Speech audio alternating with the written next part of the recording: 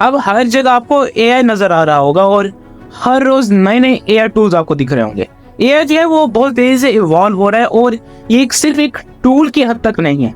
Google के CEO कहते हैं कि जो एआई है वो हमारी लाइफ के लिए स्पीशीज ज्यादा और टूल या फैसिलिटी कम है। यानी कि अगर हम इलेक्ट्रिसिटी या फायर को देखें तो हमारे लिए अब बेसिक नेसेसिटीज हैं, नेसेसिटीज यानी टूल्स है हमारे लिए। लेकिन जो एआई है वो एक प्रॉपर स्पीशी होगी जैसे कि इंसान है, क्योंकि आज आप देख ही सकते हैं कि एआई हर जगह फैल चुका है। नहीं भी देखते, चलो मैं आपको बताता हूँ कहाँ कहाँ फैल गया है। एआई से रिलेटेड एक स्टडी हुई थी 2021 में, जहाँ पर अभी एआई की इतनी ज्यादा मार्केटिंग भी नहीं हुई थी।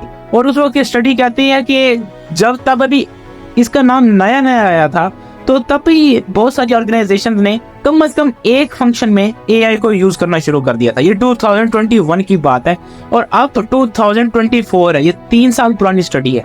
अगर हम 2020 में देखें तो 2020 में यूज की जाने वाली एआई प्रोडक्ट्स जो है वो 2021 में यूज किए जाने वाले से 20 से 50% कम थे। यानी एक साल में इतना बड़ा बम्प आया। अगर मैं आपको एआई की इन्वेस्टमेंट्स के बारे में बताऊं, यानी कितनी इन्वेस्टमेंट्स की गई थी, तो 2020 में तकरीबन 67 बिलियन के करीब डॉलर जो थे वो इन्वेस्ट किए गए थे एआई के अंदर। अगले साल ही 97% तक बढ़ गए और अब इस साल की बात करें तो इस साल तक ऑलमोस्ट 500 बिलियन तक इस तमाम इन्वेस्टमेंट्स पहुंच चुकी हैं। यानी कि आप सोच सकते हैं कि हर साल कितनी ज्यादा इन्वेस्टमेंट्स बढ़ती जा रही है।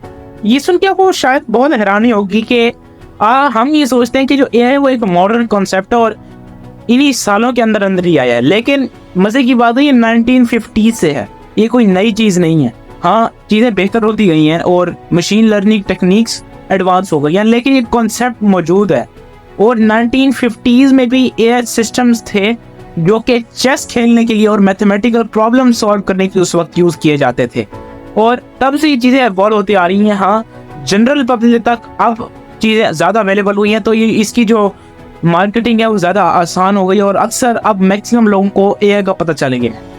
ये हमारा लास्ट फैक्टर वो ये है कि आपको पता होगा कि आप इसको राइटिंग के लिए यूज़ कर सकते हैं, डिजीज डायग्नोसिस के लिए इसको यूज़ किया जा सकता है। लेकिन जो एआई है वो नेचुरल जो डिजास्टर्स हैं उनको भी प्रेडिक्ट कर सकता है, जिनके अंदर अर्थक्वेक और वोल्केनो इरप्शन शामिल है। ये इंतहाई अमेजिंग बात है। इसी वजह शायद किसी ने नोट ना किया और वो ये है कि अब हम वेदर फोरकास्ट को देखें तो उसके अंदर एआई यूज किया जा रहा है और वो चीज़ें ज़्यादा एक्यूरेट हैं। अगर हम पिछले सालों से देखें तो एक्यूरेसी तकरीबन डबल हो गई है।